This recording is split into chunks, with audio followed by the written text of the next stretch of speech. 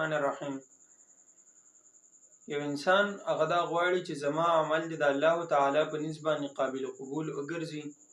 زه یو نیک عمل کوم او د هغې ماته اجر میلو شي او د هغې ماته ثواب میلو شي. اوس زه دا څنګه وګورم چې یاره زما دا عمل به الله هغه قبول کړي او که نه زما عمل به دا الله هغه نه قبول کړي. د دې لپاره دې دوه څیزونه هغه دا په خپل عمل کې پیدا کړي. کله چې دې دغه دوه څیزونه په خپل عمل کې پیدا کړي د هغې نه وروسته به د ده د عمل هغه د الله په نسبت باندې قابل قبول ګرځي. الله تعالی قرآن کریم کې په سوره بقره کې په لومړۍ سپاره کې هغه فرمایي بلا من اسلم وجهه لله وهو محسن. د دې په تفسیر کې ابن کثیر هغه ذکر کړی دی چې د عمل د قبولیت دپاره او د مقبول عمل لپاره هغه دوه شرطونه دي.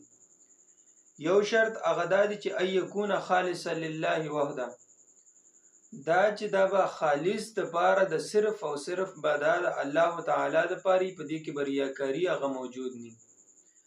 دارنګې دویم شرط هغې ذکر کړی دی ان یکون موافقا للسنه.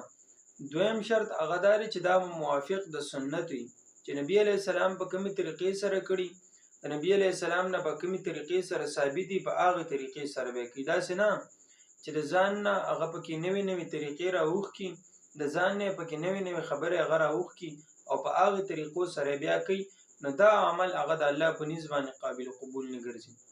بیا انسان هغه د ځان سره سوچ وکړي چې په نن سبا دور کې داسې کم کارونه دي چې د هغه کارونه نبي علیه السلام نه دي کړي، هغه کارونه صحابو نه دي کړي، هغه کارونه هغه تابعینو نه دي کړي، تبع تابعینو نه دي کړي. د نن سبا یو انسان هغه راپاسي هغه اعمال کوي او هغه وایي چې یاره دا هغه ثواب دی، دا هغه بدعت دی او دغه بدعتي انسان به هغه په آخرت کې به نبي علیه السلام د دې شفاعت نه کوي، وي به دا زمانه هغه اخوا کوي. یا بله خبره پکې دا خلک هغه دا کوي چې یاره دا بدعت حسنه ده او بدعت حسنه هغه صحیح دی. نو علماو لیکلي دي چې په بدعاتو کې حسنه د سر نشته نه، چې دا څونه بدعات دي دا ټول صحیح دي. د دې د وجې نه چې موږ غواړو چې زمونږ اعمال هغه الله تعالی قبول کړي، نو د دې دپاره به دا دوه شرطونه پکې موږ پیدا کوو.